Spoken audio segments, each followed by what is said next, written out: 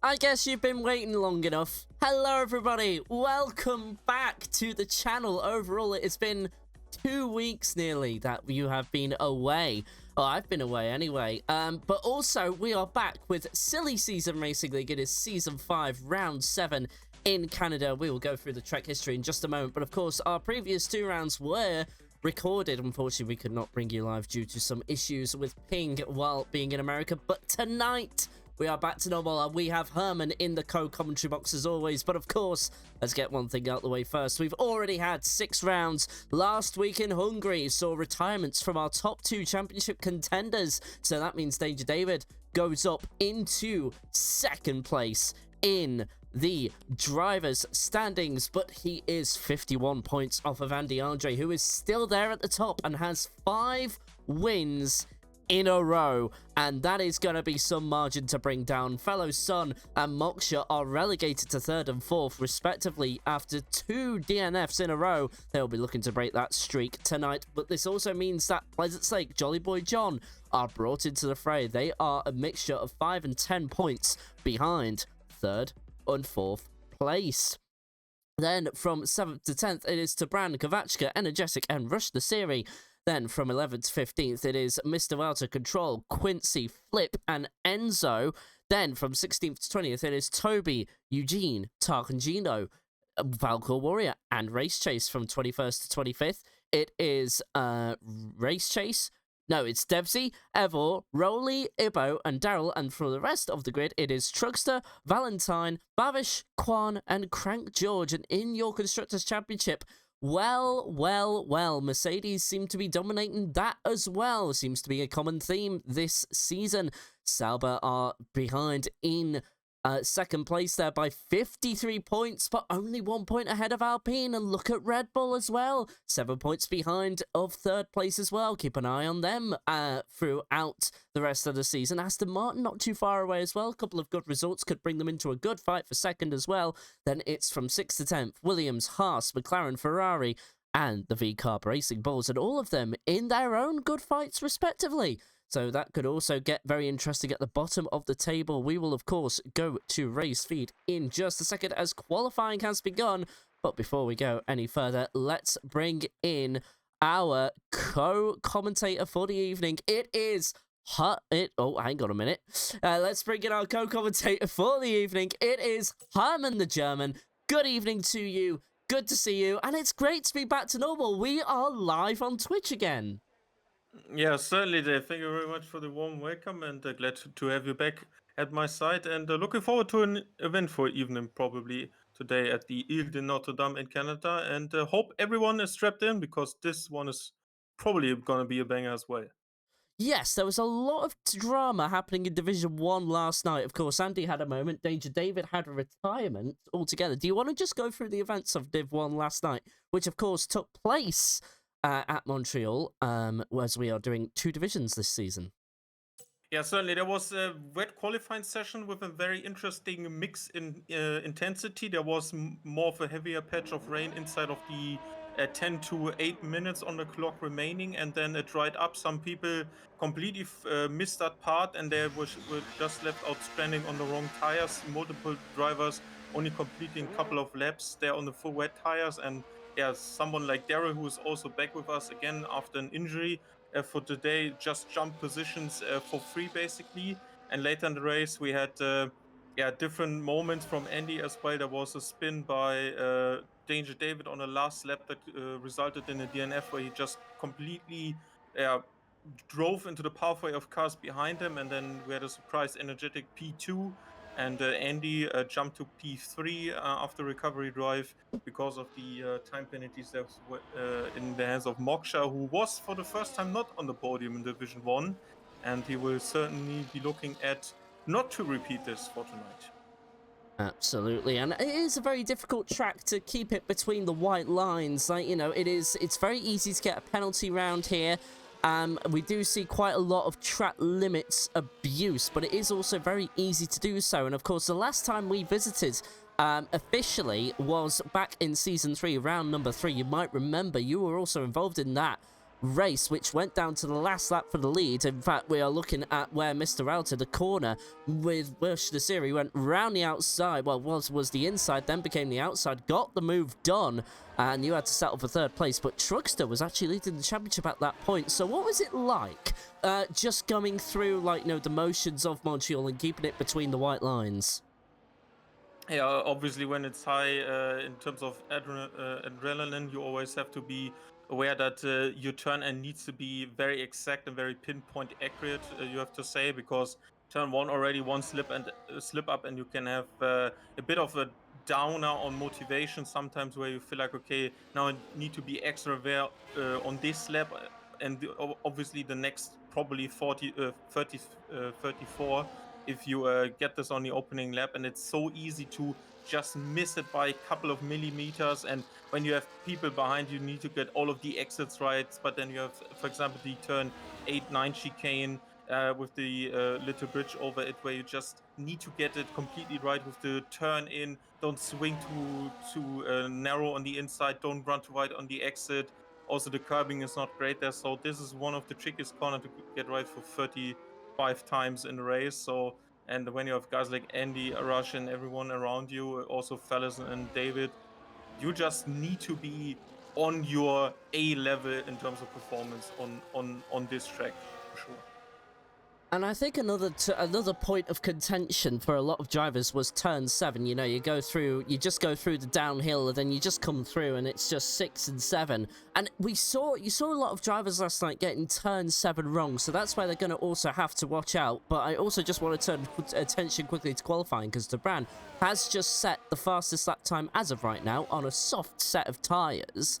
I'm also keeping a lookout for Andy Andre, because even he was caught out by turn 7. So do you think that it's very likely we'll see a shake-up tonight? Andy is on 5 wins in a row as of right now in Division 2, but is there a chance that that gets squandered and that all comes to an end tonight? Yeah, there's certainly a chance. This track is probably one of the best in terms of two-stop strategy. The tires are very on the limit. It's very rear limited as well.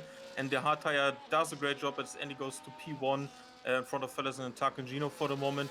We just have this odd reputation where you just have 4 chicanes that have some sort of a different feeling every time to the tire. But especially that chicane you mentioned with 6-7, you just bring the car in very tightly to the apex and then bring it to the right hand side there. But also the curb on the inside can throw the car off in terms of balance, and you don't really want to run right at the exit because there is a wall next to it, and you will certainly lose a bit of front ring there. And I think what happened to Andy yesterday was just high fuel car with a lot of rear limited traction from the medium tires. I don't think we're going to see the soft as of much, but even the medium tires couldn't cope with that very well in the early stages. And I think that, yeah, he realized that as well in terms of his tire choices. He will probably use this knowledge to make a better decision about how to pit and when to pit, especially because undercut is going to be strong. We saw that yesterday. If you're not stuck in traffic or you have bad ERS management, which happened for Darrell as well, you can be very punchy with an undercut here. Thank you very much. Well, I just want to turn attention back to qualifying right now because Andy Andre has got on top of the timing boards. And I was actually observing the practice session that was going on because we have that league race menu now. And I was just looking in at the practice session. It was actually Rush the Series that went fastest with a 109.902. Now, that was on the softest compound of tyres. So Rush the Series just has another 10th to find. But Andy Andre has blown that out the water. So it looks like he's early contention for pole position here. And, of course, that is a very safe bet. But, of course, the race will be taking a bit of a different picture. But I would think that Rush the Series has a good chance here. Alpine are currently in that... Oh, then as soon as I say that, Danger David says, not so fast, Andy. I am in this race too. And the nearest contender, 53 points away, is the Scotsman who is on your screen right now, but really needs to find some form sooner rather than later. Because every time he's had a chance to beat Andy, the last two races, it just hasn't quite come to fruition. Of course, he DNF'd from last night's race, as Herman alluded to earlier on. 5 drivers have currently not set a flying lap at the moment. We're still waiting for Snake, Flip, Jolly Boy John, Bavish, and Sergeant Devsy to make their moves. Now, of course, just talking about Bavish, has been on a bit of a roll in qualifying as of recent. He qualified 8th last week and a couple of weeks ago, back in... what was it? It was Baku.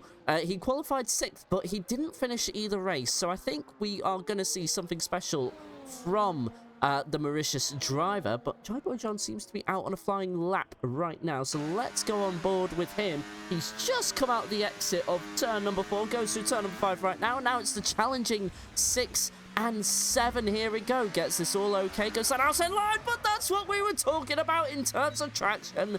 Drivers are going to be struggling with that exit of turn 7, and it's caught out the Aston Martin tonight. And now Bavish does indeed start an out lap. He is now in the V-carb for this evening. And as of right now, Herman, it's a close qualifying session, wouldn't you agree? Yeah, certainly. One thing I've already realized, both of three teams have actually done the slipstreaming on the back straight there.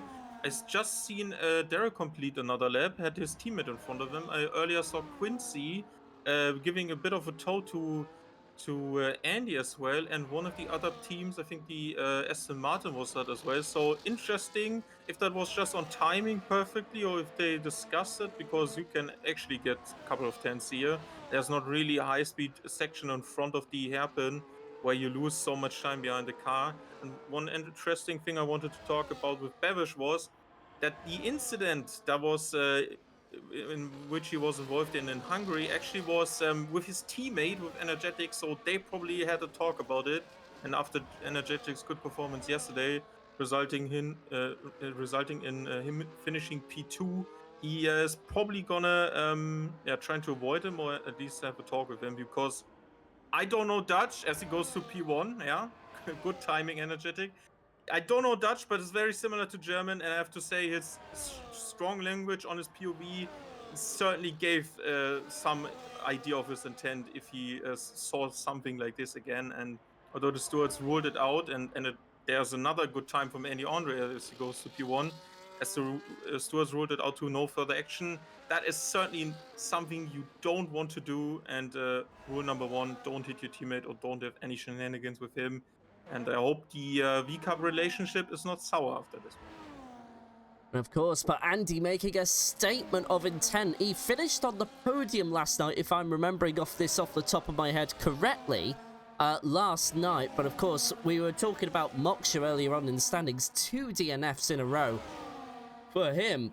It's been, unfortunately, a bit of a bad spell for the previous 2 rounds. But he's looking to try and bring things back this evening for Division 2. He's currently getting a slipstream off one of the Ferraris of either Ibo or Falcor Warrior, but that Ferrari will have to move out the way, and they do indeed. I don't think that inhibited Moksha too much. He's just approaching the final hairpin now of turn number 10. And here we go, gonna go down onto the long main straight. Let's go on board with the Alpine driver. As he approaches the DRS activation zone, you'll see that letterbox open up at the back of the car. You see the Ferrari chasing behind, getting a bit of a slipstream from all of this, but might not be too effective. But here we go, final couple of corners now. The wall of champions to your right claimed many champions as Flips just goes up into second, but Moksha improves by 3/10 exactly, and he's all the way up from 8th to 6th position, and a good lap from the Alpine driver. But now Flip is a real contender, but although I think we're going to see, personally, Energetic on pole. He set that fastest lap time that you see there in 3rd with 4-lap-old soft tyres, and that was his best time there. So I don't think we've seen the last of Energetic, and I think just to go and make a prediction early, I'm going to say Energetic for pole, Herman. That's certainly a bold move when Andy is in your lobby, but I have to say, also very strong showing from Haas. And they, again, both of the cars, when Wouter was currently on his second attempt, I think, they were both again behind on the straight, and a bit of a tow was given to Wouter when they headed onto the main straight. So I think teams are getting a bit of notice in terms of how to set up these qualifying positions, because overtaking is possible, but most of the time you're inside of a train where you need to manage your rears as someone has spun. Wouter over the line goes to P6. Good showing from Haas today, and Flip is noticeably faster as of right now, over 6/10 clear of his Dutch colleague, and there's certainly some time left on the board for other people to improve, and we will see what's going to be happening. I think Moksha's maybe next to Claude. No, it just started a lap as well. Yeah, I'm trying to get an idea of what on earth happened, because we saw the yellow flags at turn 10, and believe it or not, Fellow Sun come out with a missing end plate, and I'm trying to figure out who he made contact with. It was either the Red Bull of Danger David or the McLaren of Eugene there in 10th, as Danger David having a bit of a moment there out of turn 1. So that could be an indicator as David having the damage from all of that. So I think Fellow Sun and David having a moment there, although that is really speculation. I can't confirm that for certain, so I'm sure we will find out in I'm sure a steward will find out in one of the reports that are going to be opened later today, as we've had another moment there. That is on the exit of turn number 4 there. So he's having a moment, and Eugene actually letting his teammate Daryl, who's on an outlap, really. So I think these two are working together for the slipstream, although this really benefits no one, in all honesty. Eugene there on a flyer as of right now. It was a flyer. He's now backed out of it. Has allowed one of the V-Cubs by, and that is, I believe, Bavish there on an flying lap there. So it's actually going to have a tow from the McLaren as well. Daryl out in front. Daryl best to really just let Bavish go. He moves over to the right-hand side of the track, down the casino straight, coming to the final 2 corners now. 8th and 6th are the positions. Bavish was last in at the death of qualifying. Where can he find himself? It's in between. 7th place. That is what I call consistency. Bavish there in 7th, but that is 3 times, as if things stay as they are right now, that is 3 top 10s in a row in qualifying. Yeah, certainly good lap by him. That will probably be his only one. Not enough fuel left in the tank to go again. Maybe he's lucky with timing and the traffic to get another one in. David and Energetic both had to abandon their previous run. David headed for the pits. Energetic is out on a second attempt with the same tires again. And as you pointed out earlier, he had his best time set on a used tire, as he's just a couple of hundreds faster after the first sector line. So I'm interested to see what if Babish gets another opportunity, if he can improve on that, because usually the track gets better. We have yeah, clearly overcast conditions, and Verlassen is done with quali, so Oh, that's immaculate. Herman, it's raining. It's just started to Raining. rain. That makes sense. Yeah.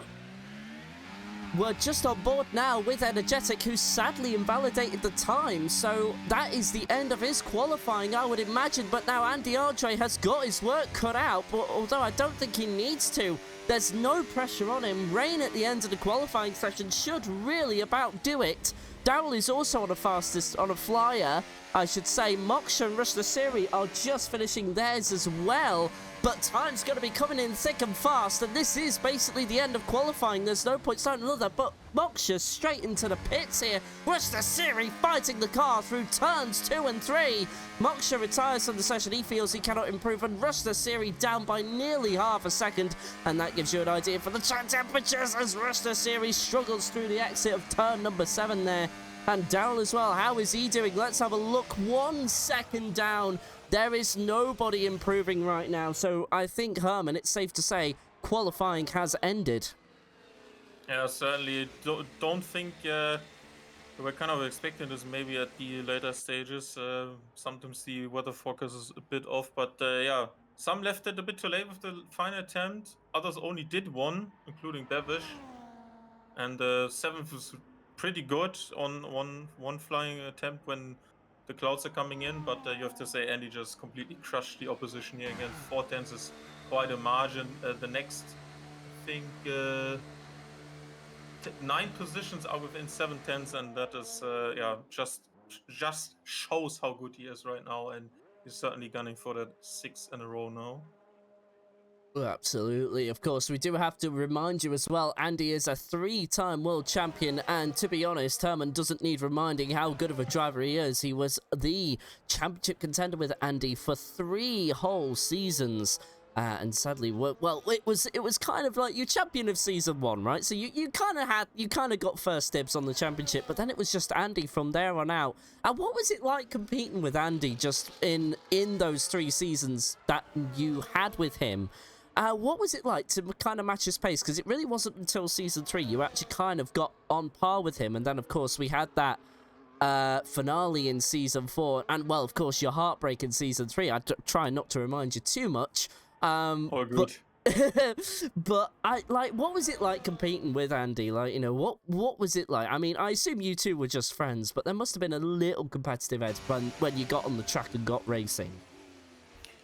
Yeah, most of the time it was just that really for especially season 2 when the later stages of the 23 game came along, that Andy was just a bit ahead and I couldn't really cope with the rest of the setups we had at that stages, and some of the tracks didn't feel right. Then you watched it how I fucked it up in Singapore. So yeah, wasn't my season overall. Then I just glad we could move on, and I was really just trying to stay with him, be competitive, be consistent. One of his strongest points, even with some hiccups in season 3 and season 4, he could close it out, and yeah, both times in the last race, as you mentioned. So I think honestly, to beat him all of the time, you have to be at your A game, as we have rain for the Ah, race. yes. Here we go. We have a fully wet race, so I imagine that most of the setups have gone completely out the window, as I imagine drivers would have gone for a dry setup.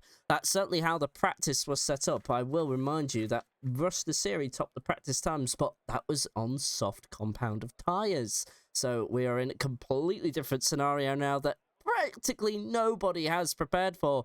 Got a taste of it last night with qualifying in the wet, so I guess there will be some preparation for some drivers, but not everybody races in Division 1. So, Yeah. a lot of tests happening tonight. Who are, well, fellow son, king of the wet. He would be a safe bet for winner chicken dinner tonight. But, Herman, I would like to know, who is your predictions? Let's get them in and thick and fast. Yeah, I was about to ask you the same question. I think, yeah, fellas, you have to always count on in terms of the weather. Obviously, we don't know if it's gonna stay the whole way throughout. But I think, yeah, Andy is super strong. I can see a scenario with low percentage where he spins again. So, but I'm still gonna back him. think it's Andy that takes the win. It's Fellas in second. And I expect David to go through. I think Moksha has 3 races now on the bounce, so he's not on the podium. He's not going to be on this one as well, but maybe come back for Monza next time out. So danger, David in third.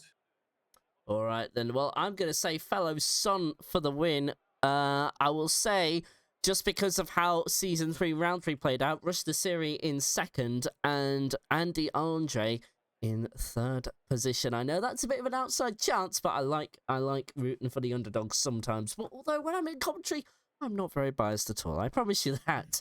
But at the moment now, so race, of course, a mandatory 2-stop race. It doesn't matter what conditions we are in, you must still complete your 2 stops. So in the wet, what kind of strategy are we looking at here, Herman?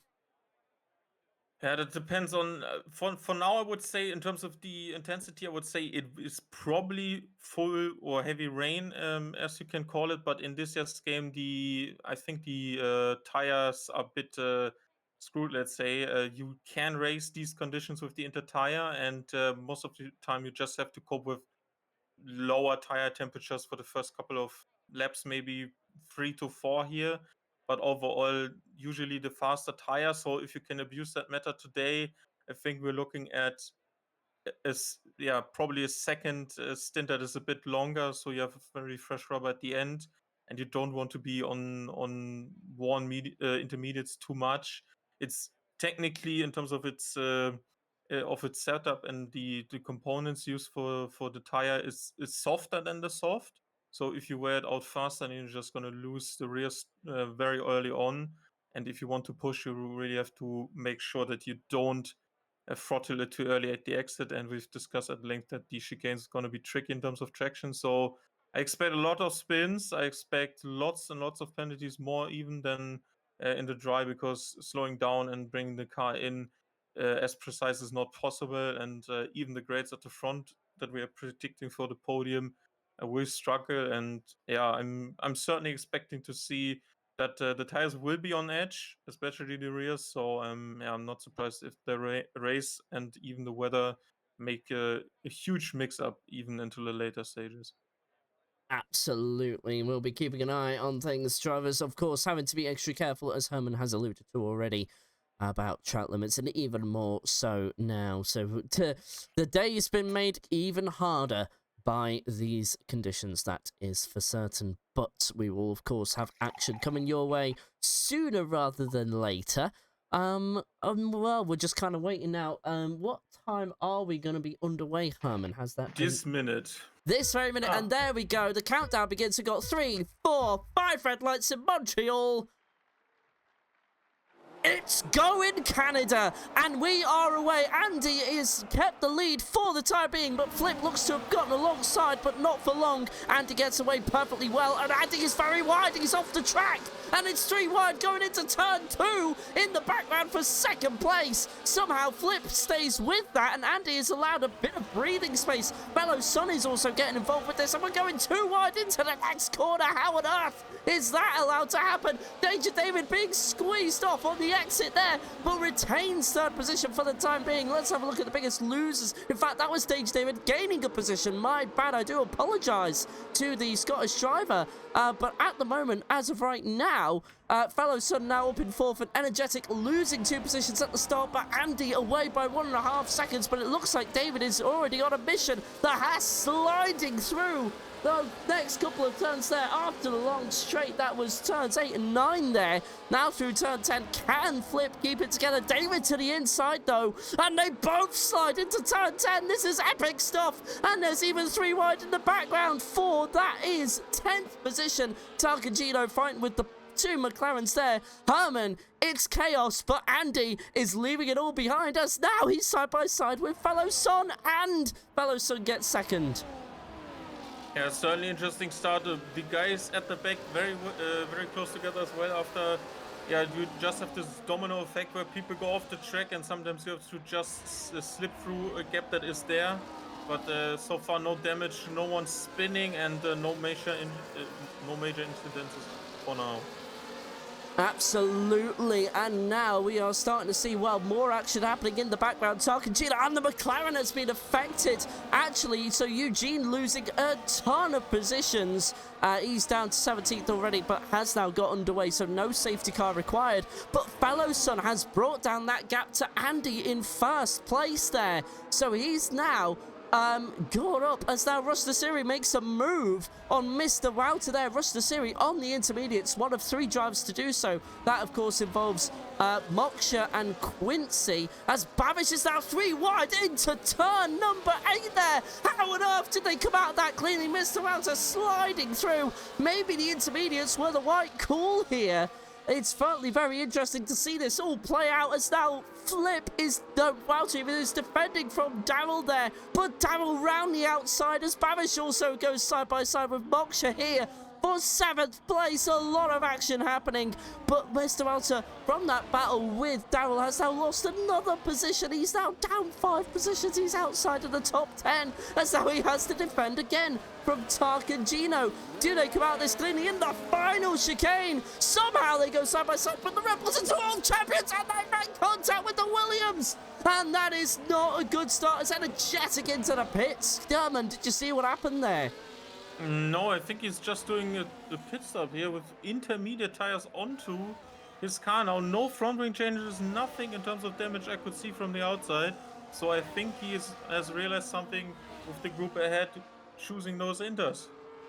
Fellow Son to the inside around the entree, and Fellow Son takes the lead of the Canadian Grand Prix, lap 3 out of 35, and Danger David, who is the immediate championship rival as of right now, but Fellow Son back to leading ways in his preferred conditions. Remember, in Season 3, he was the he was the king of the wet, and has held on to that title, as far as I know, for a couple of more seasons, and he slides to turn 10 on the entry, leaves a bit of room for David to try and perhaps find a way through, but has to slot in for now, so he'll try again down the casino straight here, which separates turn 12 and 13. Here we go. Will David think about a move? Slots in behind. Now, of course, earlier on, he actually, on the first lap towards the end, had a bit of contact with the Wall of Champions after going side by side with, I believe, was Flip there. But now he goes side by side with Andy into turn number 1, but not quite close enough to secure the position. He slots in for now.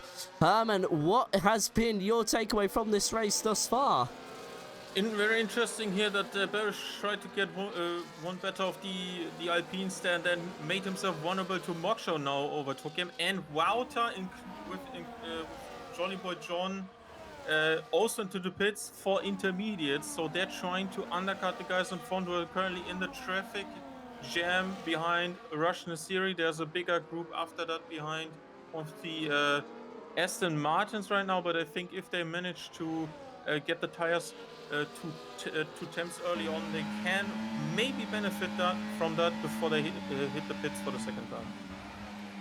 Just while we were hearing that, Babish made a catastrophic mistake through turn number 6 and 7 there. Lost out to Daryl, so now he is relegated down to 8th place. But now Babish down the inside and sliding through turn 10.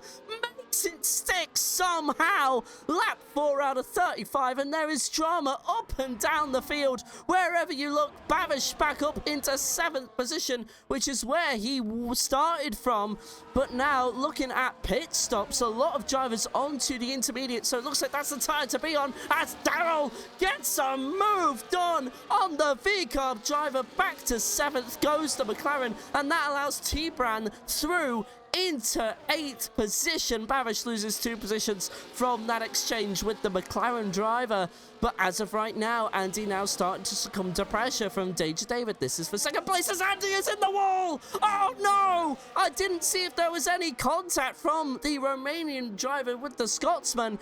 But now we continue on, and Andy doesn't have any significant damage, lucky to get away with just a tap in the wall there.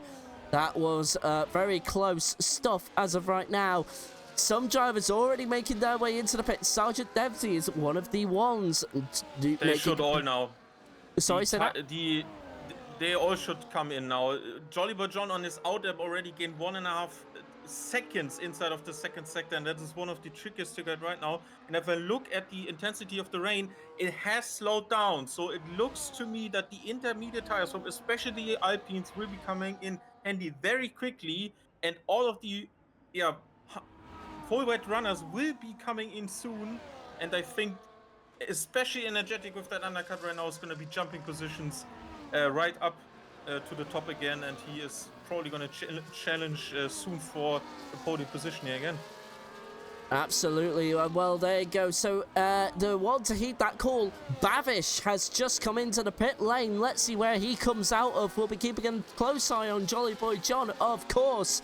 As Herman has just alluded to, 1.5 seconds gained in Sector 2. Let's see. And it looks like Bavish is going to be behind the Aston Martin driver. Or is he? I don't think he is. Yeah, no, he is. I think, yeah, there we go. Got it sorted out eventually.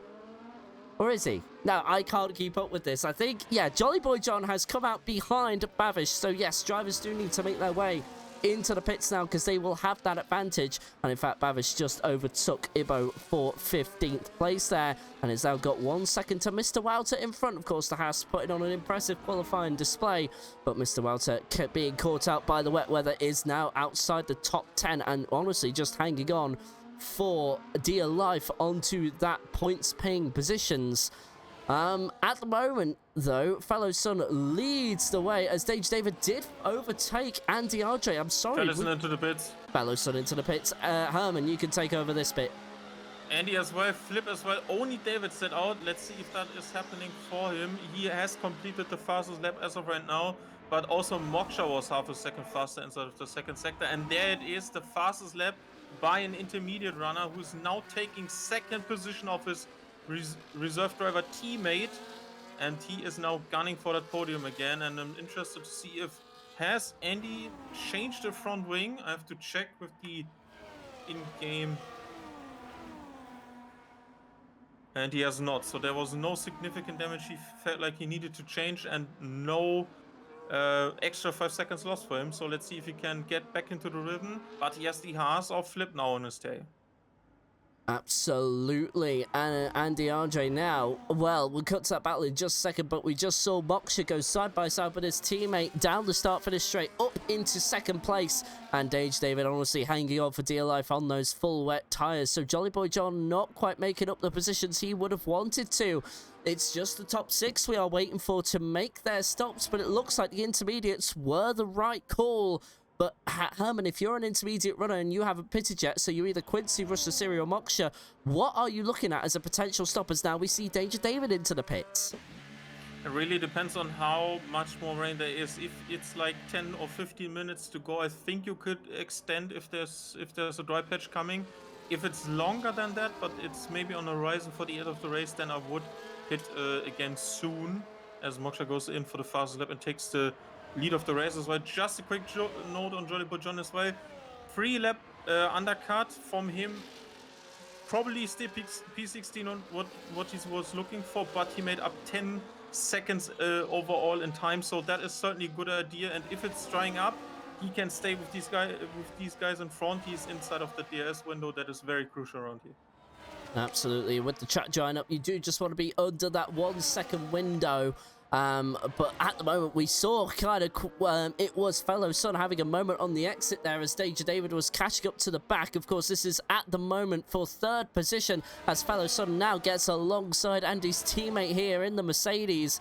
But of course, the Fellow Son there tried for the cutback, which became the inside to the outside there, still alongside as Flip now gets a 3-second penalty for track limit violations. Expect a few more of those to come thick and fast. Fellow Son to the inside of turn 10, and that is the move all done for now. Can Danger David follow through? It looks like those fresher tyres are doing a lot of good, but David has a bit of a moment out of turn 10 through to 11, and now the pressure from Andy behind must be oh so real, because now Andy surely has a good run at the Red Bull driver, but doesn't take advantage of it. He decides to say, no, I will slot him behind for now. And it looks like he's trying to probably, well, Quincy trying to help out his teammate here, still deciding to stay on those old tyres there, so they won't be providing the best grip for the Mercedes driver. Do you think there's some team play advantage there going on, Herman? I think Quincy's really looking at to extend the stint. With the rain right now in the air, I feel like there is an opportunity for also the Alpines to just stay out before maybe at the halfway point we head back to dry running. I think if it's like would have been a later patch that would have been dry, I think they would have come in as well, because they're already behind Energetic, who undercutted them by like 6 laps already.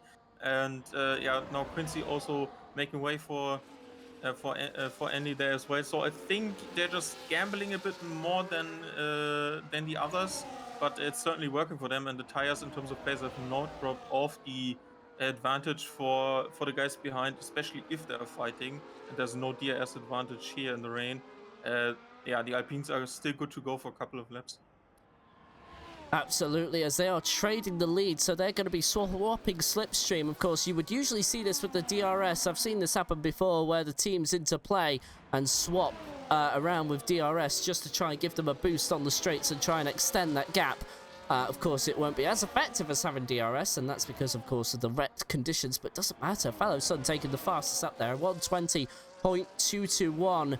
And it's looking like the King of the Rain is back to make a claim here, as now we have Quincy into the pits finally. He is one of the 3 drivers yet to make a stop. Of course, the drivers we are waiting for are Moksha and Rush Lasiri, who of course have first and second as of right now, as Flip is now deciding to get into a battle with the championship leader, Andy Andre. Of course, went into this evening 5 races in a row, won, but looks like that is in a bit of trouble with the conditions throwing up all sorts of unpredictable racing, for lack of a better word, as of right now, and it is becoming an exciting Canadian Grand Prix. And of course, with Rush Lasiri in the lead, how poetic would it be to see a final lap move at turn number 7 round the outside? If you weren't here for that season, it was, of course, a last lap battle between, I think it was Mr. Wouter. Yeah, it was Mr. Wouter, Rush Lasiri, and Rush Lasiri on the final lap made a move which became the inside to the outside, round 6 and 7. As well, speaking of, the Alpine driver makes his way into the pit lane. And Herman, is that the right call at this current moment in time, do you feel? I think so, yeah. Honestly, if the weather is staying like this, and it seems like it, reading a bit into what the Alpines have been doing, they kind of now see the advantage in terms of staying out and the overcut being taken away from them. The best thing about staying on an older set of intermediates is always that you have the feel of the improved track to your advantage. And even if the tire behind is faster when it's fresher, you just can get better into the groove faster. And warming up those wet weather tires isn't always that great, because obviously it's lower track and air temperature. So they need to be aware that they can't make mistakes now, and it's easier to get something wrong when you're trying to warm up these tires and have someone behind you that is maybe chasing for that. And as I talked about it earlier, Energetic has now climbed into that potential undercut window again for his next stop, and he will be going onto a new set of tires very soon, because yeah, it's only two laps younger tire than Moksha has, and he has been on it from the start. So, and just as I said, that he comes in, so Energetic is putting good pressure on the guys in front, but his very early stop, yeah, is probably a bit gambling on that there will be a dry patch later in the race, because he can't just take the Inters to probably 18 laps or longer. And for what is now his stint plan, certainly looks like it, if it's just continuing raining. And don't think a free stop is going to be the winning way today. Well, there you go. A bit of expert analysis there from our lovely Herman, the German, of course, a world champion in SSRL in Season 1 and runner-up for 3 consecutive seasons with SSRL, of course. Only losing out to 3rd place, Andy Andre, 2 times in a row. But of course, there were some exceptional circumstances, especially Season 3. But anyway, Danger David is currently catching up to the leader, which is Fellow Sun. So we are starting to have a bit of a race on our hands. David finally getting that gap to under 2 seconds as Bavish now takes a 3-second track limits penalty. He's currently in a battle with Pleasant Snake, and Pleasant Snake trying to look to the inside there of turn number 10, but couldn't quite get the move done for 11th place. Kavacha and Quincy are also going side by side. This is for 13th, and Eugene is saying, well, I'll have a little look at this myself, as fellow Son and Danger David exchange fastest laps. Gap remains at 1.8 seconds, but here we go.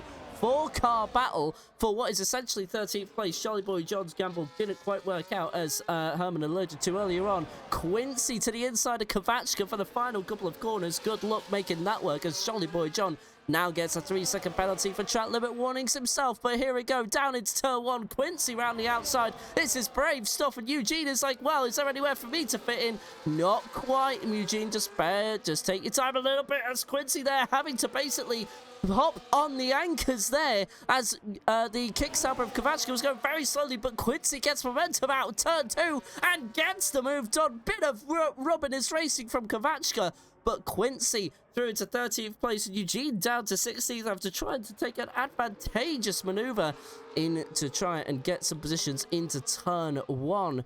And looking at another battle now that that's settled down for a little bit, we're going to have Daryl and Moksha fighting with Energetic for 6th place. Herman, who has been the driver who's impressed you as of right now? I think Flip is still doing a good job despite his penalty, but I think Rush just put another gear in. He just gapped Energetic by 2.6 seconds, and Moksha almost had a moment there in the first chicane at the exit of 5 as, I jinxed it. Rush has a 3-second time penalty to his name, and Moksha is just trying to stay with Energetic, who, as presumed, will be stopping very soon again, but the pace Rush has found inside of the last couple of laps is quite strong, but he needs to go the distance, and we haven't reached halfway point yet, so be aware of those track limit warnings.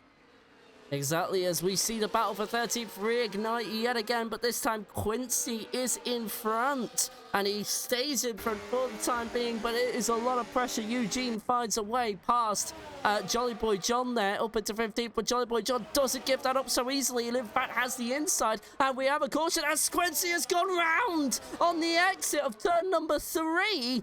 It doesn't look like we'll need a safety car, as he should be back under running. He does, so we won't need a intervention here during the race, and we're allowed to naturally continue with proceedings. Just kind of calling back to the battle for the lead.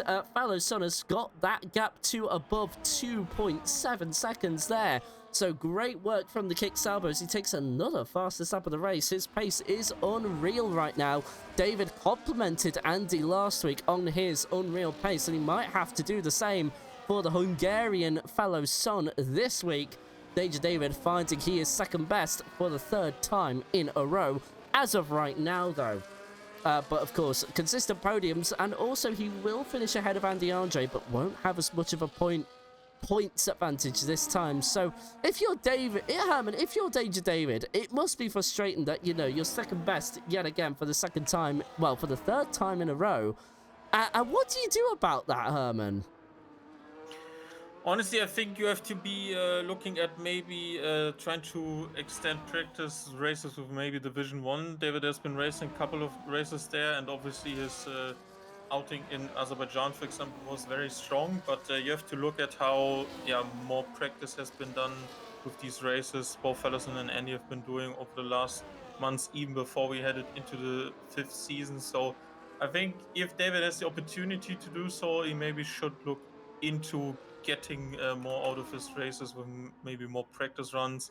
And one thing I wanted to note as of right now is I think Andy and David are on 2 warnings already, with Feddersen only being on 1. And we're at the halfway point soon, so there's certainly an element of surprise still in there with penalties, and we saw that yesterday night as well, where late penalties and warnings gave positions away, despite the ups with Davis DNF on the start of the final lap. So let's see who can keep it on the track for most of these. We have a caution in Sector 2, I believe. And no, it's Quincy actually getting it wrong.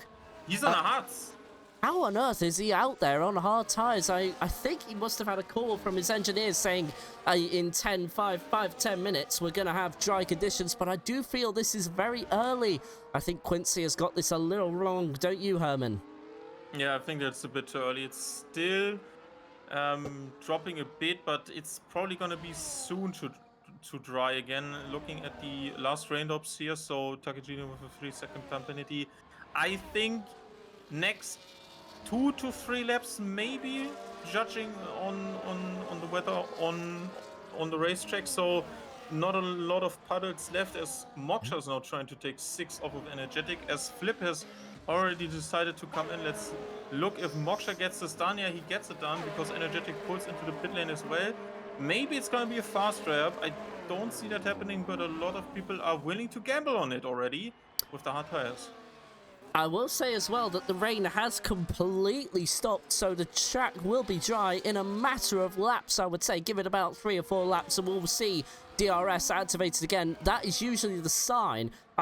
Whenever it was in the past games of iteration, so let's say F1 2016 to 2020, I know I'm probably going back quite a while for some, as we have a caution in Sector 1, which is given Daryl a 10-second track limits, well, 10-second time penalty. Flip has spun it. Flip has spun it. Oh, no.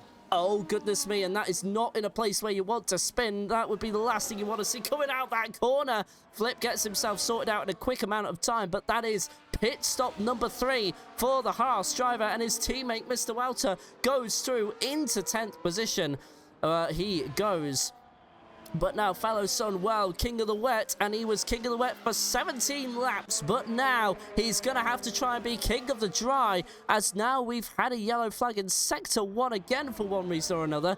But we continue racing as Andy sets the fastest lap of the race, a 1:17.857 from the Mercedes driver, and things are happening thick and fast. Another twist in the tail in this Canadian Grand Prix. It reminds me of that one race from, I think it was, 2011, where that race lasted for about 4 hours, 4 minutes and 39 seconds. Don't ask me how I know that. And it was like those changing conditions as we see a Ferrari in the barrier, losing part of its front-wing end plate in similar fashion to Flip. That's on the exit of turn 7, as now the Mercedes of Andy was caught behind that, and he was impeded. Tarkingino retires, and a virtual safety car, Herman. What do you do? Yeah, if you're David and Andy right now, you take that because they are still on the intermediates, including with DevC. But I have to say, the track doesn't look very ready for the hards, especially I watched Rush for the last 2 laps, and he has certainly struggled with the exits. But that is, gonna be very interesting to get these tires to good tire temperatures right now, especially with the slowing down of the safety car. And Andy needs to get into the pit lane as well, as there's a speeding penalty into the pit lane for David. And that opens up the opportunity for at least one other person to get on the podium, because David was running strong and he's onto the Haas as well.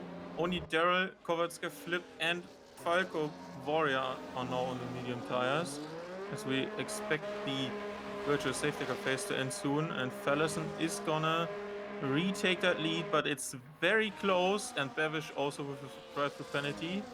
Is he gonna be ahead? No, he's not. And he's off! Almost hit the Sonoda. He certainly has there. Fellow Son to the inside as David gets a 3-second penalty on top of his drive-through. That is disaster for the driver in second place. I would feel now that Fellow Son has got free rein as Mr. Router has retired, but in the pit lane for one reason or another must have had damage. Drive-through as well, so I think he just kind of called it a day. Bavish has now retired in the pits as well. That is the third time in a row he has DNF'd whenever he's qualified in the top 10. It has ended in a non-finish. But now Fellow Son and Andy are about to do battle through turn 10. They go now turn number 11. And Andy and Fellow Son look to be struggling to keep their cars under control. But it's given us some exciting action. This is effectively the lead of the race. Andy RJ to the inside, down the casino straight, and on lap 19 out of 35, he retakes the lead of the Canadian Grand Prix. Oh, well, he goes back there anyway, lost it on lap 1 at the start. Fellow Sun, though, came out with the fastest lap, so Fellow Sun not out this yet, but we have a parked up V-carb. That'll just be because of the retirement, but there's a Haas as well that's got off. That'll be Mr. Router there, so he will get out of the way very soon and they'll disappear off. And indeed he does. So we are now under green flag conditions 100%, but DRS still not activated, Herman, and as our Fellow Sun to the inside, but no dice there. Oh, it was. Oh, it was activated. I do apologize. Honestly, I don't know how that happened, but Rush is still behind Danger David after serving the drive-through. No idea how he managed to do that, as David almost lost it out of the exit of 6, out of the exit of 7. But he is still in third, and he has the same amount of time penalty, so he's not done with the podium finish today. And yeah, Moksha has lost 5 seconds to the car in front, is not even benefiting from that. Currently, my prediction is going pretty good in terms of Moksha's final position, but it's not done as Fellas now retakes the lead of the race before they apply the brakes for the final chicane. Quincy getting the next 3-second time penalty, and Energetic is still in hot pursuit of Moksha. Opens up the rear wing and is probably looking for a move into the next chicane. No, he is opting to stay back for the moment. Maybe feels like both of them can have an advantage of going and boosting each other towards the front. No, he decides to get it done now into turn 1, and that's Energetic into P5 now. If Moksha can't fight it back. Oh, that was a very good exit from the Alpine driver. Inside line for turn 3 is now his, and he gets it done. Brewing frustration here for Energetic. Of course, it is on 1 lap older hard tyres, but it's relatively the same life. But you don't want to fight this too hard as Flip takes the fastest lap of the race. Flip all the way in 12th position as of right now, and with penalties to serve towards the end of the race. But this battle for 5th place now has lap traffic involved, and well, they've both had to make their way past the Ferrari. I think that's of Sir Ibo there, but don't quote me on that fully. And right now, Andy and Fellow Sun are swapping for the lead of the race with 15 laps to go. Bit of a lock up there, as we saw from Energetic, who's currently fighting with this Alpine driver, the Moksha, not giving things up, trying to give his teammate the advantage that he so needs to finish 4th and take the battle to 3rd place. Danger David is actually chopping into that gap, 8.8 seconds and fastest lap of the race, but Moksha with a 3-second track limits penalty. So I think that's just from the defending from Energetic here, as Energetic has DRS into turn 1, can't quite get them moved on, has to stay behind for now. But look at this, Energetic trying to find an alternative line, find a way around Moksha, but wasn't successful on that time around. Has to slot in behind for the time being. We're going to keep an eye on this into the next DRS zone. Who will get the better exit out of turn 7? Caught a lot of, well, the turn 7 catching a lot of drivers out. It's caught Moksha out, that's for sure. He's got a worse exit than the V-carb driver. Here we go, DRS opens, Energetic up into 5th place, and that was actually pretty comfortable considering what we saw prior. And he has stayed on the tail of Fellison, and there's been no attempt for him as of right now.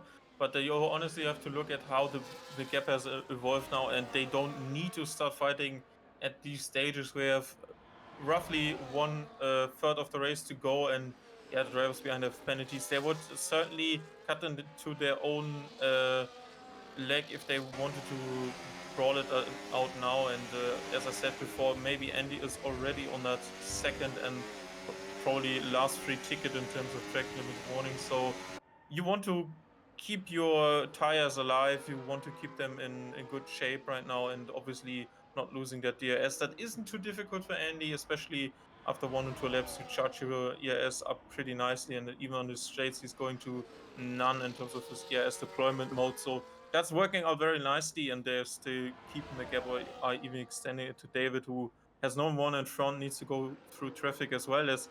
Ooh, that's a bit late from Andy, but the DRS detection was way before turn 10, so that is still good for him and Energetic.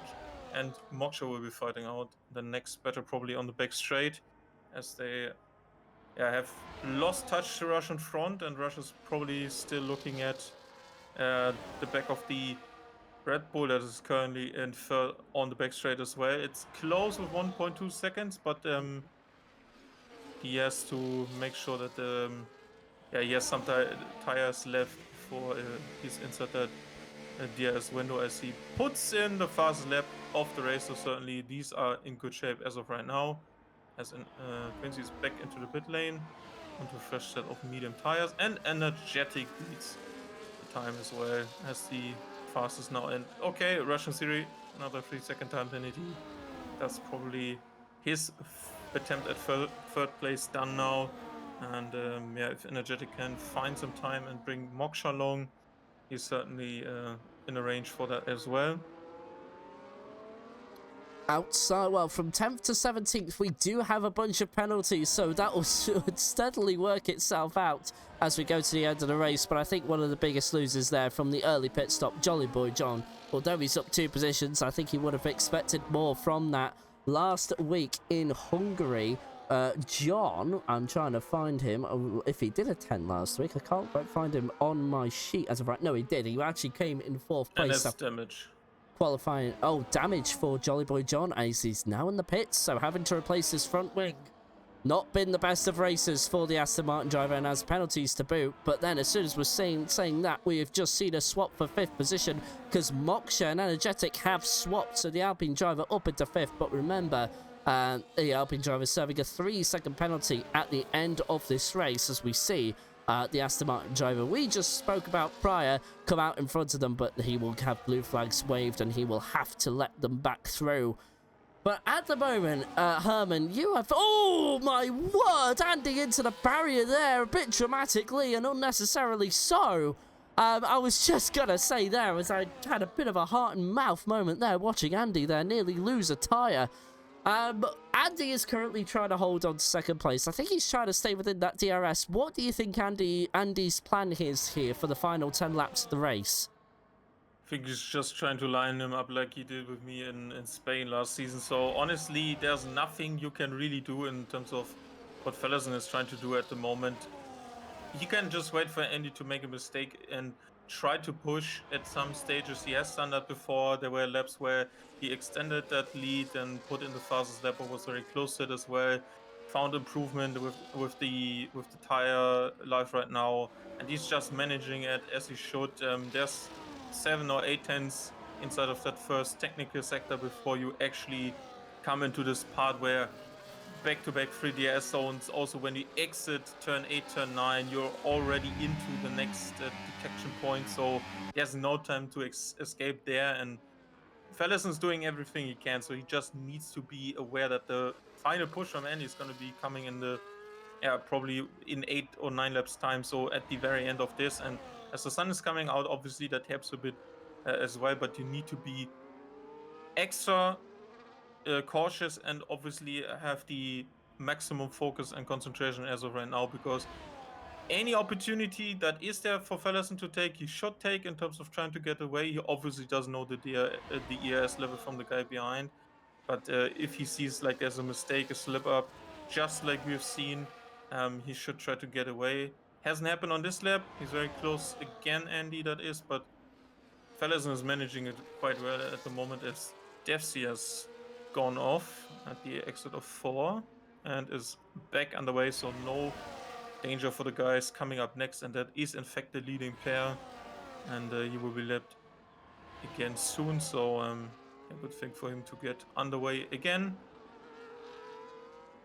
Sun's out, races are happening. It is going to be an intense final 9 laps for the top 2. But also, I just wanted to keep an eye on Pleasant Snake here, who's just made a move round the outside of turn 1 onto Bran, and Bran unable to fight that back because Pleasant Snake is in a position to take away 7th position from Daryl. He's within that 13-second window, so that means probably a 10-second penalty for corner cutting.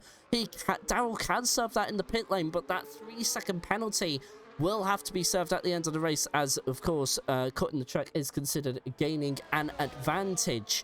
So at the moment now, Pleasant Stake under pressure from Tabran, and I wonder if Tabran and Pleasant Stake are trying to swap DRS moments with each other. We have a caution in Sector 3 that's short-lived there.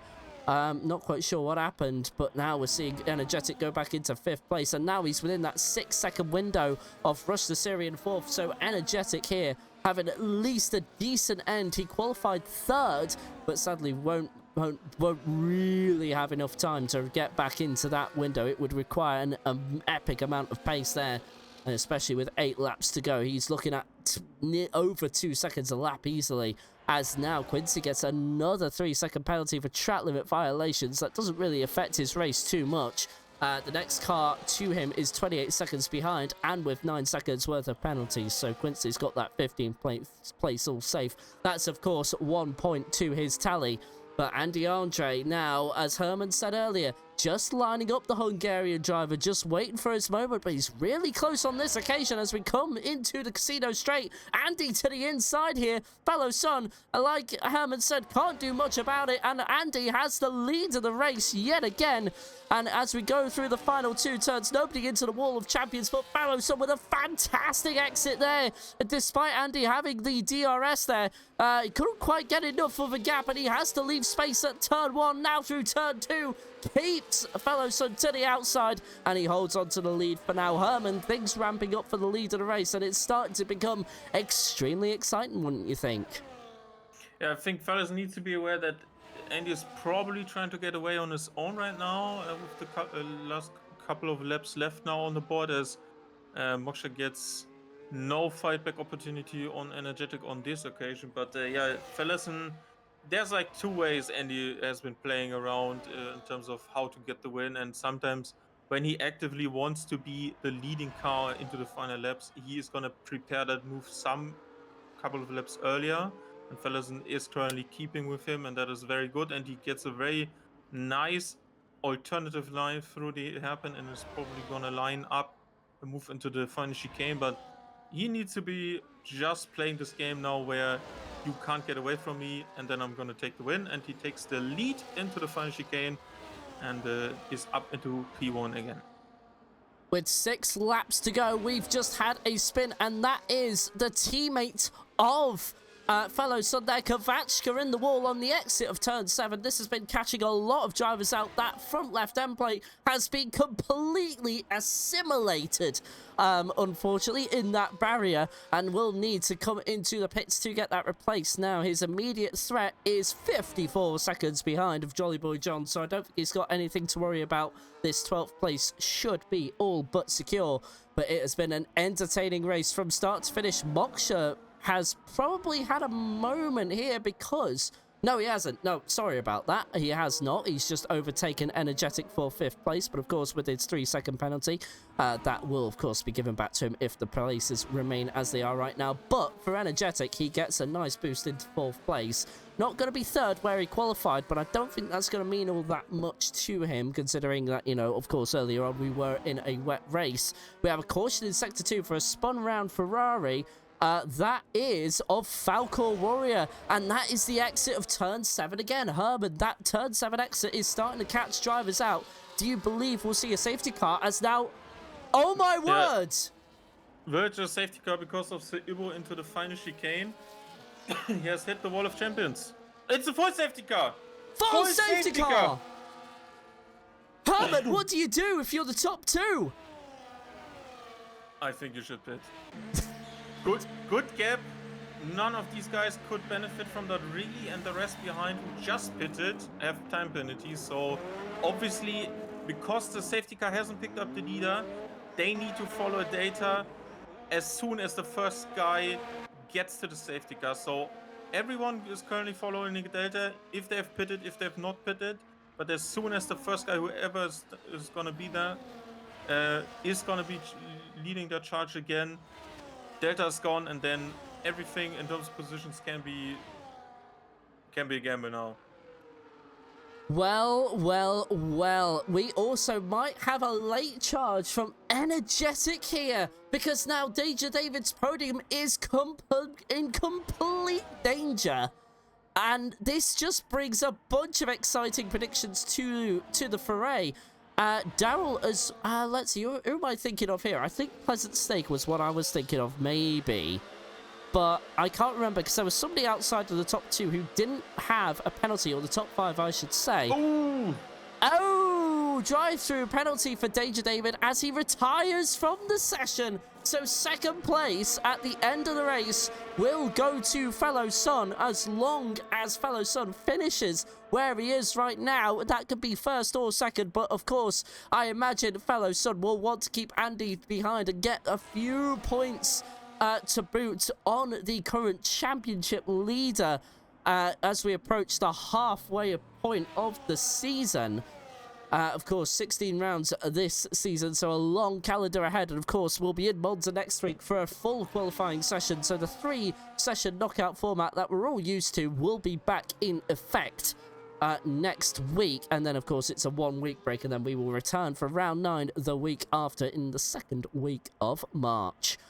But as of right now, we are currently seeing a battle as Flip now gets a drive-through penalty. How is this happening, Herman? Give us a bit of insight. I have no idea. Rush also got his 3rd time penalty as well. I think Pleasant Snake got 2 time penalties for 10 seconds, at least 1 when he entered the pit lane. I don't know what's happening, honestly. Quincy's already on 18. He was like on 9 just a couple of laps ago. Just people are just not focusing for the last couple of laps, it seems. And also one interesting note is that Moksha and Pleasant Snake didn't go for the soft tire. Baffling to me, only a couple of laps left. We are still not racing, so it's probably gonna be lap 34, 35, maybe 33 if it gets done now. Can't see that happening. The pack is still far away from each other, so 2 laps of racing should have been easily handled by the tires. And you have to say, although there are 2 people behind him that have a higher amount of penalties behind him, why not go for the, let's say, safe tire at this stage, and even the fastest one with good track temperatures and overall conditions right now? You need some of these exits to get right, and if you fall behind people with high penalties, other can benefit from that as well, because if he loses 1 or 2 positions at the restart, that's basically game over. Yes, I think the final straight is going to be DRS on the 2nd lap, because it opens 1 lap earlier than the previous games and years. So yeah, you just need to be sure that you get all of the restart phases right for Moksha, because if not, he's in trouble. And Podium is already off his charts with the penalty situation and the positions of these drivers, especially Energetic being behind Rush with 9 seconds. You need to put every foot right, even if it's only 2 laps to go. With this pack bunched up like it is now, he cannot afford to slip up. I was just going to tell you, but as race control brings in the safety car, Quincy goes off the track to allow the drivers to actually get a fair shot at getting some positions, and we are going to have 2 laps at the line to go. So we are going to go quiet, because it is up to Fellow Son now when we go racing. So he has to decide. Safety car in the pits. Let's listen to that Kick-Sauber engine.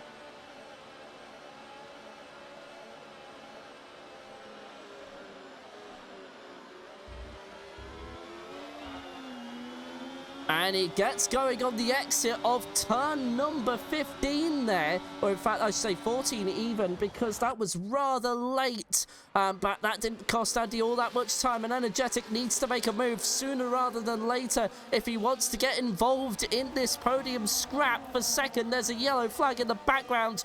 We can't cut to everything. We need to keep an eye on what's happening in the top 2. We'll have DRS activated next lap around, and it is going to be an epic final lap. It was the same situation last season. Well, for season 3, round 3, it went down to the final lap, and I imagine this is going to go down exactly the same. Here we go. Fellow Son now will have to defend into turn 10. I would imagine caution in sector 2 for a Mercedes driver. That'll be Quincy there, getting it all wrong, down to 8:14 it goes as Andy Andre lost a bit of ground in turn 10 there as well. Energetic still not making a move. And Andy is now under pressure from the Alpine of Rustasiri into the final couple of corners. But he's held that off for now with excellent straight line speed there, probably with a bit of battery deployment as well. And now it is 2.7 miles separating either fellow son Andy or Energetic from the top step. Here we go into turn 2. It is still fellow sons to lose as of right now. Energetic still not making moves. He's going to be happy with third place, I imagine. So it is the 2 championship contenders that we are going to be looking at going into 6 and 7. Does Andy do what Rustasiri did to Mr. Mountain last season? He is not close enough. But now, Andy has DRS, and that is the difference between winning and losing here in Montreal. Not close enough into 8 and 9 as Flip gets a 3-second penalty for track limit violations, but he's all the way down in 10th and needs to serve his drive-through, or he could be disqualified or get a hefty penalty towards the end of the race. But here we go. Andy Andre now has one last opportunity on the final lap. Here we go. Andy to the inside. He takes the lead of the race in the dying moments of the Canadian Grand Prix. Can he hold it together through the final 2 corners? He does. It means that this is 6 in a row for the Romanian, and Energetic finishes third as we have a caution in sector 3 in the background there. I think somebody just had a moment through the final couple of corners into the wall of champions. But in the end, after all of that action, Daryl finishes 6th, 7th is Kovachka, Eugene 8th, Pleasant Snake 9th, 10th is Flip despite his drive-through penalty as he spins across the line there. But 20 seconds added on to his time, and that means Sabran should get 10th place after all that as Quincy goes into the side of the Haas driver towards the start-finish straight. But what a race, and Andy had to leave that late yet again, but that is 6 in a row for the Romanian. He is unstoppable, Herman. Yeah, there's certainly one strong feat, and he's absolutely managed to do everything right in his power. And obviously, Feddersen will be looking at probably a bit of a heartbreak. Had a good race yesterday, finished because of a mistake from Andy on the top step of the podium, but he has certainly been looking strong on this weekend in Canada. And he will be a bit gutted, but I think he is going to take second place. And honestly, what a weekend from Energetic as well. Had this birthday on Saturday, P3 yesterday, P2 yesterday, P3 today. What a weekend from the Dutchman. Absolutely, and well, it was absolutely exciting stuff. We'll go through in your results in just a second, but we are seeing the top 3 do their celebrations. Andy, a fellow son, and of course Energetic 6 there. What a weekend. Well, what a couple of evenings it has been, but we are not going to get those final results, but we will have podium interviews with the top 3. Herman, thoughts and feelings after that race? Yeah, certainly exciting. Obviously, I have to say, Darrow also great race. Second race after his comeback, and that big gap between the cars inside of the midfield helped him to get even a good finish with 20 seconds or so time penalty, 13 seconds at one stage. So hats off to him. Managed perfectly. Also the weather conditions at the start into the halfway point, and honestly, great race from Darrow as well. Absolutely. It's just a shame about Danger David, though. Again, not finishing, sadly, and he's just didn't quite see the whole race through. And it's, I don't know, like, David just seems to have struggled around Canada. Of course, he DNF'd in Div 1 last night, which wasn't his fault, to be fair. He had contact with, I think it was Andy Andre after he spun round, if I remember that correctly. And then, of course, tonight it was just sadly one penalty after another, and then just decides to quit the race, which is unfortunate. And Danger David is quite a quick driver. He was very nearly runner-up last season, but sadly lost it all in Spain after he couldn't really keep it together. Daryl also is going to be appealing the 10-second penalty. He's just put that in the chat because he left the pits when he didn't cut any corners, so he will be appealing that. So we might even see Daryl in what would be P4 at that current moment in time. Yeah, honestly, with all of these penalties, people are going to be looking where they can find something. Gaps were huge at the end because the safety car didn't allow everyone to close in. And as I said, midfield basically left in no man's land, and lots and lots of issues with overtaking and lapping cars, or lap cars getting out of the way, just like Quincy did before the restart. So honestly, I think the top guys will be happy with that they stayed out of trouble or had the unlapping done before the safety car phase was there. So yeah, quite a crazy weekend. I didn't really expect from Canada, to be honest.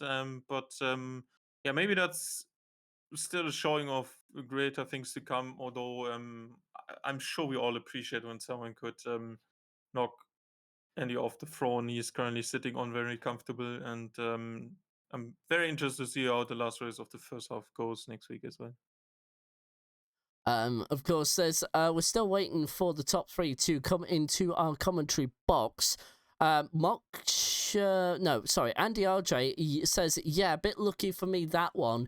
Great pace in the wet again, as fellow son was complaining about the safety car there. But fellow son saying GG's, I thought I had you covered on the hards, but had no chance on the softs and the DRS. We're just waiting for everybody to pile in. We already have our second place driver here, but we'll just wait and see if we hear from first and third. So give it about a minute. But at the moment now, it's 6 in a row for the Romanian driver. I really don't see anyone catching up with him, Herman, do you? No, I have to say honestly, I don't think the Hall of Fame is even updated right now, but he has 6 races in a row. I think fellas in his total career, and as I say, 6 wins to his name. That's one of the best drivers in terms to have on your board or have your money on when it comes to podium finish, maybe. But honestly, there were so many great moments even in these races, and like today, he wasn't totally dominating them apart even qualifying, and still his pursuit of consistency and overall the raw speed, um, mixed with a bit of luck today, I have to say, with the late safety car, when it certainly looked like they had to brawl it out on track no matter what is going to be happening. And he attempted an early move, which Fellison immediately responded to. So, if anything, that was Fellison's to lose, and unluckily he did so with the safety car coming out so late, and there were basically no laps left to have a counter attack prepared. It was going to be do or die into the final chicane anyway, and only with a big slip up for the braking zone, or maybe that final corner cutting warning Andy was maybe on, that could have gone Fellerson's way. But in the end, yeah, just not enough meters left. He was in that slipstream until the line, but I think he's gonna be, especially after 2 poor races, also at his home race in Hungary last time, crashed in the pit lane. He's certainly gonna be happy about this, and second and first on this weekend is still good motivation to keep going and continue with the push forward. Obviously, different types of focus in both divisions. Together with Moksha, Williams is currently leading that Constructors World Championship, and that is also motivation to keep going. And they've been a great team so far. And the season is, if you speak relatively, still young. Absolutely. So, we are now going to move on to podium interviews. We've got our top 3 here, and we are going to start with the winner who took it on the last moment, on the last lap, Andy Andre. Congratulations, and what was a very close race from start to finish. That must have been code brown for you for a lot of that. Yep. Yes, it was indeed kind of a unexpected result. I mean, later on, if we're gonna look back at this race, pole win and fastest lap, it's all looking good. But honestly, it was far from anything like that. I struggled a lot, especially in the race. Fellison and David, I think, were both faster today, especially in the wet. So yeah, tricky win. I think I got lucky a bit with the safety car. Softer compounds seem to be working better for me. Mm, flying laps or push laps are usually stronger for me compared to overall race pace. But yeah, overall happy for the win. Happy to have made it in one piece, and congrats to the others as well. And with that, you also extend your championship lead to what I would say is easily over 60 points. I mean, just kind of having a look at the standings going into tonight, as Danger David did not finish, you needed to, yeah, so you have what I would calculate is a 70-point advantage over fellow son, who now takes second place because of Danger David, like I said again, not finishing the race today. I mean, this is getting more and more comfortable. You must be thinking, I think I've got this championship sewn up by now, because if the rate you're going, you could have this decided by round, I'd say 14 or 13 at this rate. Yeah, I think you're probably right. And looking further back than this race, it was a really good season, and I did show some good performances. And apart from a race or two, I'm pretty happy overall with how the season is going. And yeah, just hoping I could keep it up just a little bit longer, and hopefully I'll get this one bagged as well. All right, then it'd be great to see 4 in a row. I'll hand things over to my co-commentator Herman the German. Yeah, thank you. Andy, obviously, yesterday you had a totally different race. You had to spin. You needed to recover from that. Driver's penalties in front of you made you secure a podium position again. Obviously, with the rain today and how you experienced the race yesterday, what kind of a thought process did you have in terms of like the setup? I know it's medium to high downforce here today. How much of qualifying pace did you leave on the setup, or did you just completely went full in because of the drier patch after the halfway point? Uh, I did do some setup changes from yesterday to today. I went a very lot lower on the front wing. So if it would have been a drier race, yeah, it would have been a pretty different setup. With the rain in the forecast, I did make a few changes on the fly. I didn't have a wet setup ready, but kind of an improvisation, and I think it turned out pretty decent, especially with the mixed conditions we have. Overall pace, dry and wet, was decent. It may be a bit better in the dry, but yeah, that could be driver related also. Obviously, you started on the full wets, and Alpine with Russian Series and Moksha opted for the intermediates. They stayed out very long and had a late call for the second stint on the inters. Do you think, or was there any time in the race where you thought you wanted to extend even the full wets to the end and go for an extended stop there to make it to the slick tires? Obviously, we from the outside don't know what the level of or how many laps we will have on the dry. So what kind of track conditions did you expect when heading into the first laps? Yes, of course. I wanted to. I didn't think about extending. I wanted to get as many stops out of the way as possible. So if the wets were a bit faster at the start, I was certainly gonna take advantage of that and switch to the inters later on and be on the better tires for the conditions on the majority of the race and get the first pit stop out of the way. So yeah, nothing really much to think about in terms of strategy. Was pretty straightforward. Uh, Hards were certainly the way to go, considering how quickly the track dried up, and and when the safety car came out, I did have a set of new softs available. So yeah, it was just a no-brainer to go for that. Okay, thank you very much. All Yep, right. thank you. Andy, it has been an absolute pleasure talking to you yet again. Well done on 6 wins in a row here in Division 2.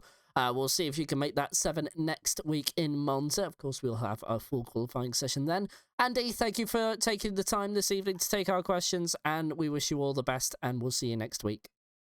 Yep, thank you guys. See you next week. Bye. Bye-bye. Bye.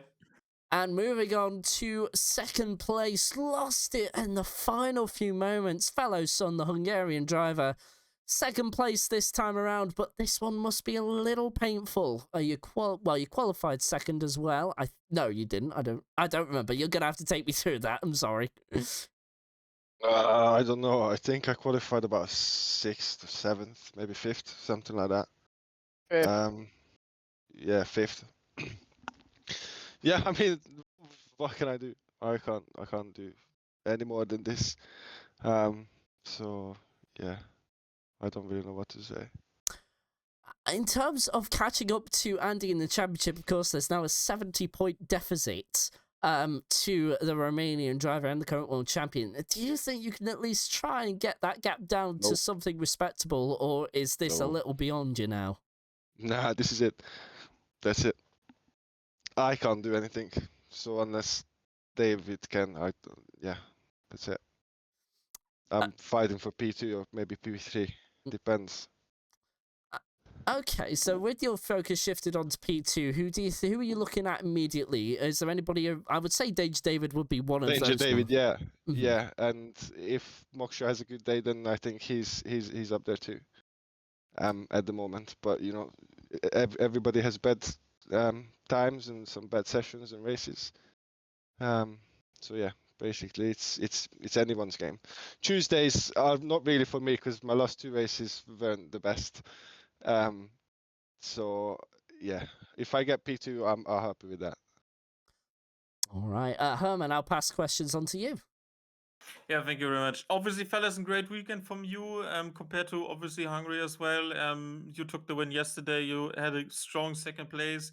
I think it would have been a very tough and honest fight throughout the latter stages of this race without the safety car interference. So, what was maybe the most important point for you, despite the huge gap you had yesterday, to get right in this race again today after yesterday's learnings?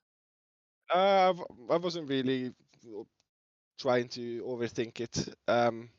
I still feel like the Sauber is different than the Williams, so I think the Williams maybe is better for my driving style or something. I don't feel as comfortable in the Sauber, but basically as the race was going on, I just realized I have to get the hairpin right, and if I can keep 6-7 tenths, I can maybe hold him back, and I think I was doing great until the safety car came out, but because of like everyone can see how fast he is in quali, the soft tires and just pushing everything out of the car, it just works for him. So as soon as the safety car came out, I knew it was gonna be the end of it. But yeah. And how nervous were you in terms of track limit penalties? I tried to check in Very, between, but yeah, okay, very, I because thought I so. had two, so I had 2 warnings. As soon as the safety car came out, and I quickly checked if Andy has one, and I've seen that he had 2, I think. So as he was overtaking me on the final straight, I was just thinking, just please God, let him cut the last chicane. But he didn't. So yeah, I was very nervous for the last 5-6 laps. Also, I underfueled yesterday, which I don't really understand because I'm putting 1 extra lap of fuel in, and I still end up with no fuel in the end. And it was really close today as well. So I think if the safety car didn't come out, I would have had to take it a bit easier. I did try to save as much as I can while it was raining. Yeah, can see that. Okay. All right. Thank you very much. Thank you, Galison. Thanks for the stream, guys. You're very welcome. Despite the circumstances, congratulations on second place regardless. Thank you. And we hope to see you again next week. Well done on that. Also, you've broken your non-finishing streak, so you did finish a race. So at least take that. Yay! At least take that as a win. Yes, all I right. will take that. All right. Thank you. Fellow son, thank you so much. See you next week. Cheers, guys. Boys. All right. Last but most definitely not least, it is Energetic. Congratulations on what was an absolutely emphatic P3, of course, benefiting from penalties towards the end. It looks like that final lap was a bit sketchy for you, but in the end you made it out. Can you just take us through your race? Chaotic, at least. I hate rain on this game. It's just so slippery and stuff, and I was like trying to hold on to no warnings. That was my goal, to like not get penalties and stuff. That's what I like to do, not get penalties. I told you on the other race, of course, and I didn't know where I was at, and I really glad to start on the wets because I knew I had to do 2 stops. So I was like, okay, I've got 1 stop out of the way, and I was on time with the Inters, in my opinion, though. Okay. And yeah, I was just wanting to, speaking of like, tire strategies, what was kind of like the cause throughout the race? Because obviously we had ever-changing conditions. We started in the full wets, we went to the Inters, and then we went fully dry. So what was kind of like, what's kind of the thing with this game? What is the call to go onto those tires? Do you get a call from your engineer, or do you have to feel what's going on track? Yeah, I was like, there was a small patch showing, not patch, I mean a dry line. So I thought, okay, that's the Inters. I was 1 lap too early. That's why Moksha was not far ahead of me, unfortunately. But it was a guess, of course, and the dry. It was like it stopped raining, but it was already dry already, Mm-hmm. Well, now I'll pass over any further questions to Herman. Yeah, obviously a double podium finish for you this weekend in Canada. Strong pursuit of your recent showing in performance. Obviously, yeah, totally different track next time out for Monza. Do you expect to be on a bounce now, continuing this good upward trend? And as we discussed yesterday as well with your team pushing forward. Obviously, Bevish again, did not finish, but certainly you guys have a good and strong pace that can maybe fight with a good upper midfield result at the end. Sorry. Yes. I'm normally strong at Monza, and I hope to live up to that. But on strong tracks, I usually do very bad because it's like sorry, I'm middle of another game. I'm sorry. I'm getting that. Okay, now I'm fully focused.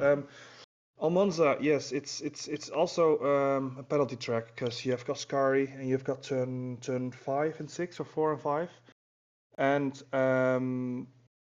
yes, that's what I really want to try and don't get penalties and be consistent for the entire of the season. Okay, one more question about the tires for you were the earliest one to get onto the Inter tires. Obviously, we had some people, just a good handful, to start on the Inters. Did you feel like there was like you took the earliest opportunity that was? Obviously, you said you were maybe a lap earlier, but was there a thought process there where you just thought, maybe I could have gone with that at the start as well because the tires were holding on so very good at that stage for the Alpine drivers as well? Yeah, I was surprised that the wets got that long into the race, and I well the intermediates felt right if you stayed in that little dry line that was appearing. They felt great. If you went beyond that, they felt shite. But I was like trying to focus to stay within those lines, and then the green lap times were appearing, and when the dry period was, I had some gap to the guys in front, so I tried to communicate from my cockpit to Moksha, like, let's try and work together with Slipstream and DRS and switch to that. And he heard me because I was yelling really loud. So big thanks to him to help and be a good racer on track. Okay, great. Thank you very much for the insight. All right, Yeah. well, look, that's going to end the interviews for today. Energetic, congratulations again on P3, and we do hope to see you here again and really bring a fight up in that midfield. We'll see you next week in Monza. But apart from that, have a very good evening. All right, then. Well, all that leaves us to say is, well, it has been an absolutely entertaining end to the race.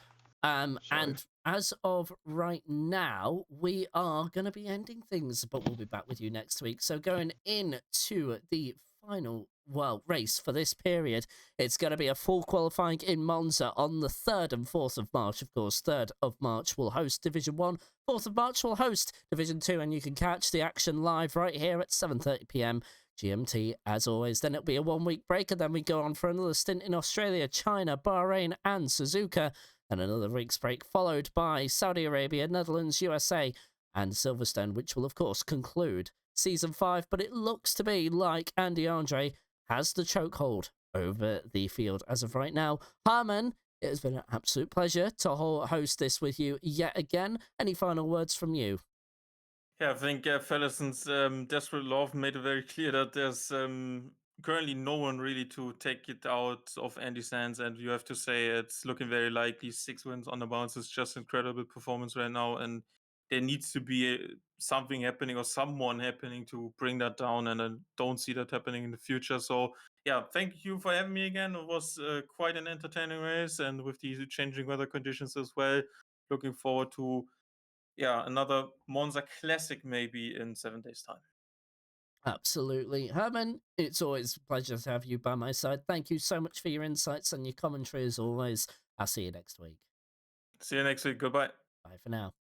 And with that, that ends another broadcast from SSRL. That has been round 7. But of course, next week, join us here, same time next week for round number 8, and then followed by a week's break.